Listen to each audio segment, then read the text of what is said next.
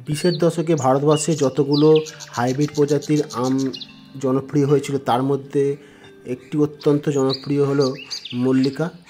এটি দশেরি এবং নীলমের সংকলনের মাধ্যমে সৃষ্টি হয়েছিল। ডক্টর রামনাথ সিংজি এই আমটির সঙ্গে আমাদের পরিচয় করিয়েছিলেন। এটি 20-এর দশকের একটি অত্যন্ত জনপ্রিয় হাইব্রিড প্রজাতি। মল্লিকার অনেকগুলি ভেরিয়েন্ট আছে, তার মধ্যে এটি একটি। মল্লিকার আরেকটি ভেরিয়েন্ট আছে বড় সাইজের হয়, সেটি 600 থেকে 700 গ্রাম ওজন হয় এভারেজ সাইজ। এটি হয় 250 থেকে 200-300 গ্রাম মধ্যে হয়। এটি লেট ভ্যারাইটির একটি আম। এটি জুলাইয়ের ফার্স্ট উইকের মধ্যে পেকে যায়, হারভেস্ট করা যায় এবং এর কালার হচ্ছে কাটলে একদম অরেঞ্জ কমলা কালার হয় এবং হালকা টক। TSS 21 থেকে 20-র মধ্যে ঘোরাফেরা করে। তবে সেটা ডিপেন্ড করে জলবায়ুর তারতম্যের উপর ডিপেন্ড করে, TSS ডিপেন্ড করে। আমাদের ওয়েদারে প্রচুর পরিমাণে ফলন দেয়, সারা বছর হয়, ওর অল্টারনেটিভ বিয়ারিং নেই। এটি একটি ড্রপ নেচারের হয়, তবে এর হাইট কাটা ছাঁটাই করে একে রাখা যায় এবং একে ইসরায়েলি টেকনিকেও চাষ করতে পারে অনেকে।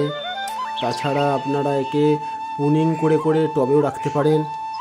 মল্লিকা আম কাঁচায় সবুজ, পাকলে হালকা হলুদ হয়, খুব সুন্দর অ্যারোমা আছে, ফ্লেভার খুব দুর্দান্ত এবং এর অল্টারনেটিভ বিয়ারিং নেই বললেই চলে। যেরকম বললাম প্রচুর পরিমাণে হয় এবং ফল ড্রপিং কম আছে। এর একটি বৈশিষ্ট্য হলো আরেকটি, এর থোকায় থোকায় ধরে, একটি থোকায় প্রচুর পরিমাণে ফল সেট হয়।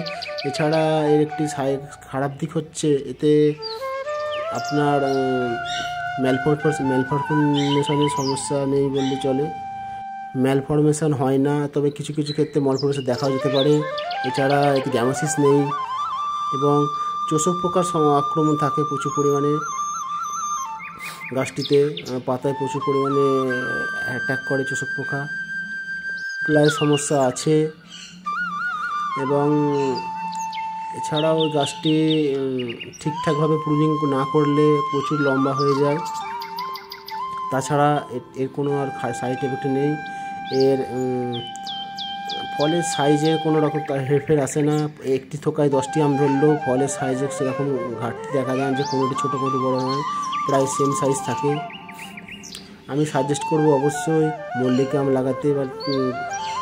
মল্লিকা আমের ফ্লেভারটি খুব দুর্দান্ত এবং এটি কাটলে পুরো অরেঞ্জ হয়ে থাকে এবং প্রতিটি শাখাতেই আম ধরে।